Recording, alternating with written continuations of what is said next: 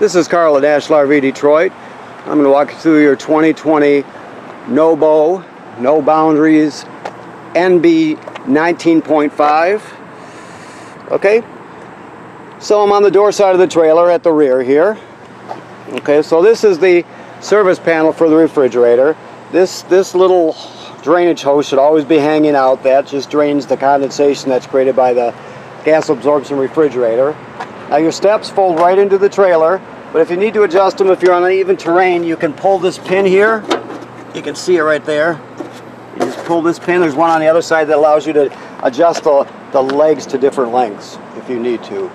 You got a power awning with a lighted LED strip. You got a kayak rack on the top, as you can see. Power. Now this is the vent for the range hood. So if you're running the range hood fan to vent the stove, you got to pull this up. So this baffle here, it's hard to see because it's black, but this baffle needs to flap freely when you're venting it. Otherwise, keep it shut like that. Only open it up when you're using the vent fan.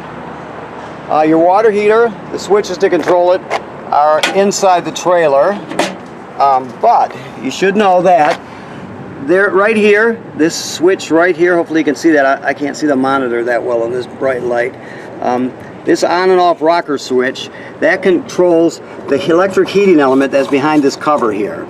So there are switches inside the trailer, but keep in mind that this switch is also here to turn on the electric heating element. Also, this is the drain. It's got an anode rod attached to it, so it's really long, but it's got a drain attached, a drain with an anode rod attached. The anode rod will wear out. Depends on what water you're using, where it's coming from. If you're using well water with a lot of minerals, it'll get eaten away faster than if you're using city water, for example. So there's no way to tell exactly, but usually about every 3 years you have to replace it, somewhere in that area, okay?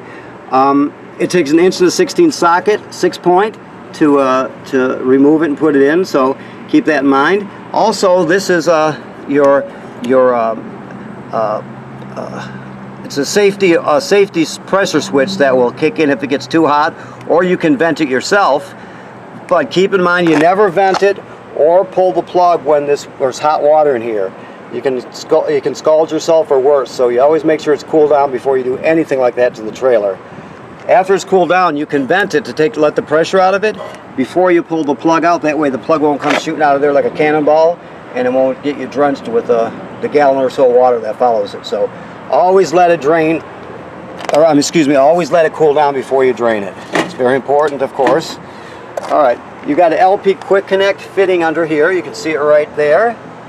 That's if you want to connect a grill or any low pressure LP appliance, you can connect there. All right, just inside the compartment, you can see that that's a step that goes over your tire, right? And that's a piece of your rack for the top also in the blue box. Like I said, this manila colored regular cardboard box, it's a fold step that goes right over the wheel, so you can boost yourself up if you need to. This is your hitch. It's a Husky centerline weight distribution hitch with built-in sway control. It's a good one, and we'll show you how it works when you come to pick up your trailer. But keep in mind that you can always go to Husky centerline and look at their hookup videos too if you need to refresh your memory. Also, this crank here, this is just a crank with a 3/4 inch socket on the end. That's used for the stabilizer jacks. You can also use a drill with a 3/4 inch socket. That's actually what most people use these days. But either one will work out. Okay. You have an LP tank, a deep cycle marine battery right here. This is part of your hitch, obviously. We'll show you how that works when you get here. Let me just open this up to see. Oh, I guess it's still locked. So anyway, this is pass-through storage, I believe. So you got a lot of storage under there. Also, this is where you get your water to the trailer. The most common way to get water is to city water connection right here. You're just going to hook up the hose, turn on the water, and it'll pressurize your whole trailer. You're ready to go. Now, if you go to a campground that has campsites that don't have plumbing on the campsite, you can pre-fill your onboard fresh water tank through this filler right here. So you can fill it, and then you can use the pump inside the trailer. I'll show you where that is when we get there. But you can pump water out of your fresh water tank, so the trailer will will work, or all the trailer plumbing will work just like you've got plumbing on the campsite. Okay, you got a slide room. Just so you know, this type of slide is called a Schwintek. You can tell by there's 2 tracks on each side, so it's a Schwintek style slide. It's all right. This is just an outside shower. Now, and of course, here's your 30 amp cord, 30 feet long, and all campgrounds will have a 30 amp plug, a receptacle for it. So when it comes to your dumping the trailer right here, you've got your 2 valves over there, right? Your dump hose goes on here, obviously, and you're just going to put one end into the dump station, of course. Then you've got your gray on the left and your black on the right dump valves. So the black is toilet water and waste, the gray is sink and shower water. So you dump the black first, because it's dirtier water than the gray, then you dump the gray to clean out the black. And then, if you choose to, you can put the hose at the dump station onto your black tank flush. Keeping your black tank valve open, you turn on the pressure and it'll spray the inside of your tank and clean it up. Okay, I'm just going to dump this right now so we can... I think it's all ready. I just want to make sure. Yes, okay. Alright, so this is just cable and satellite through to the entertainment area of the trailer. You've got a ladder to get on the roof, which is great. Keep in mind you want to inspect your roof every 90 days, or if you're just camping during the summer, you'll do it in the spring and in the fall and once in the middle of the summer. But you go up there or send somebody up there and check all the seals on the roof, check all the sealant, make sure it's good and tight, no cracking, no separation. And if you do see that, you get it taken care of immediately. That's the reason you're inspecting it, just to all trailers eventually have to be touched up.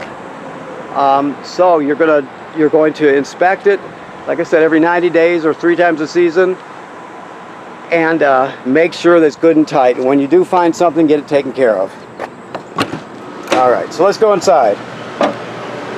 Okay, so right here on the left, this device here is your power converter. So what this does here, it converts 110 AC to 12 volt DC. So you see you have regular household style circuit breakers here. That's the 110 or 120 side, whichever you prefer. And they're all labeled. And then the power is converted to 12 volt DC over here. You can see the 12 volt fuses here. So if these, and it's labeled. So if these fuses ever blow, they'll light up and you can see it through the perforation there. So this is the power converter. Also what it does, if you're plugged in, it'll sense how much energy your battery up front needs, and it'll send enough energy up there to keep it charged. If you're let's say it's really low, the battery's really low, it'll send 10 amps, or if it's almost totally charged, it'll just trickle a couple, whatever it needs to do. Alright, your refrigerator is a gas absorption refrigerator. It works at 110 AC or 12 volt DC. Oh, no, I'm sorry. Let me back up here. 110 AC or LP gas, okay? So what you do is you always want to choose auto. Auto means electric. The reason they call it auto is because electricity takes parameters, so it'll automatically seek out electricity, and when it finds it, it'll run the refrigerator off the electricity. If it can't find it, it'll automatically switch over to gas, so you don't spoil the food, or it'll just run on gas. You can dedicate it to gas by going like that, but if you keep it on auto when it can't find 110 AC, it will automatically switch over to gas. Also, if let's say you're in town or somewhere exploring for the day, and you have a power failure at the campground and electricity goes out, it'll automatically switch over to gas for you so you don't spoil your food. Of course, there's the button to turn it on and off. And the only other thing to know is that this device here is called a thermistor. It's actually on the end of this cable right here. This is just a clip that holds it in place. It's actually a cylinder on the end of this cable. So what you do is you slide it up as far as it goes till the wire is taut, like it is now. And the higher you go, the cooler the refrigerator gets. So you want it up all the way. Alrighty. So you've got a Bluetooth speaker here for sound. Your stove top has got 2 burners, and you just turn it on and spark it with a lighter to light it. Your range hood vent is here. I told you about the fan and the baffle on the outside. Also, you have a light on it. Of course, TV set. This red dot here is the signal booster for the digital antenna. It should always be on like that. You can shut it off like that. You can see the picture breaks up. When I turn it back on, it just goes back to normal. So you always want it on when you're using the antenna. That's your furnace. The thermostat is over here. The thermostat is very simple. You got three options. You got furnace, you got fan, which is the air conditioner running without the compressor, and then you got cool, which is obviously air conditioning. So you just hit the mode button to light it up. Right now we're on cool auto. You always want to use auto if you can. Furnace, off. Fan, auto, air conditioner auto. So we'll stick right there. Obviously you set your temperature here. So it's very simple. This device down here is your LP gas and carbon monoxide detector. It should always be green like it is. The LED on it should be green. If it goes off, here let me do a self-test for you. It'll test for LP gas and carbon monoxide coming up, and then back to green. It should always be green like that. If not, you get it serviced. If it goes off, obviously you take everybody outside, leave the door open, shut the gas off at the front, and figure out what's going on. Okay, your table can collapse down for storage, and collapse flat. You can make it into another bed. Okay, obviously your main bed is here. You have some storage underneath, like a foot locker. Okay, lights in the cabinets we kind of need. Also, these racks fold down to keep your stuff on, which is very nice. It's one of the few trailers I've seen that in. Pretty cool. Let's see what else we have here. Okay, the emergency exit is pretty self-explanatory. You're just going to flip those levers into the upright position, to the vertical position, I guess you'd say, and push on the window, and you can. It's hinged at the top, so you can roll right out. All right. The shades. Keep in mind with the shades. Let me get over to one where we can look at it here. The shades, they'll kind of loosen up after you've been traveling for a while, so keep this in mind. The tighter this is, the tighter it is to move it up and down. So let's say you're out in Yellowstone, you've been traveling all summer, and they're starting to just slide right down. All you do is tighten this a little bit. So you'll pull this through here and tie it. See, there's been knots tied in it.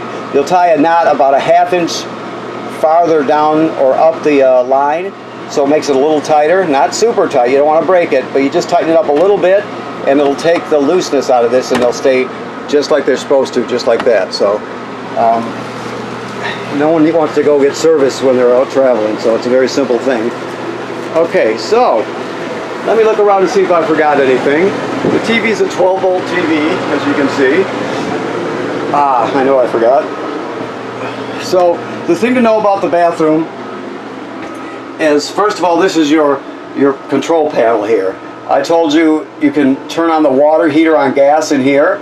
I also told you that the switch for electricity is in the lower left-hand corner outside, if you recall. Always make sure there's water in the water tank before starting any energy source. You always got to make sure it's in it. So basically what you'll do is you'll turn it on.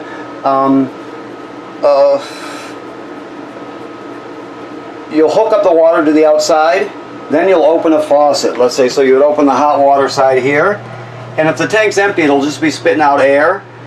And then as it fills, it'll be mixture of air and water, and eventually you get solid water coming out. You'll know that it's full when there's solid water coming out. All right. Also, you can check your levels that your battery is totally charged. Always check it when you're not plugged in. Fresh water, empty. Black water, empty. Gray water, empty. So it'll graduate up in 1/3 increments, and as it goes up, they'll light up, obviously, like I said, in 1/3 increments. And once you get past 2/3, you got to think about dumping your black and gray tanks. Also, this just tells us that this is pre-wired for solar, which means it has solar panel port on the roof, and this is where the control panel would be right here. So all they're telling you is that if you want to install that option, there's going to be wires behind here. So it's pre-wired for that sort of thing. Okay. Now the sink and the shower work like any other sink and shower, as we can see. But the thing to know is the black tank has to have water in it and chemical before you start using it. So this is just residual water pressure from when it was water tested. So what you do, you get to the campsite, you hook up your water and your power. You'll come in here, your black tank is empty because it's been dumped last time you used it. So you put the chemical right in there. Then you'll stand on the pedal and put about a gallon or so of water in the tank. Just keep standing on it until you get about a gallon, and then there's no way to tell exactly. The bottom line is you got to have water and chemical in it when you start using it. You can never use the black tank dry. So keep that in mind. If you do, you'll regret it, and you'll only do it once. So keep that in mind. Also, you got a really nice fan in here. It's 4-speed. If you want to lock it in place, you do that. There's really no reason to, but just so you know, that's how it locks. You put the, obviously you can raise it up. You always want to run this with the shower too, because these things are built super tight. Alright, so you turn it on like that. You can set different speeds. Oh, we'll adjust that a bit for you. That's hitting the screen somewhere, but I'll adjust that for you. So anyway, you can pick 4 speeds, and you can always vent condensation out, and also if you're using the shower, you can vent the humidity out. So keep that in mind. And let me see what we got here. I'll look at that wall before you get here, okay? All right, so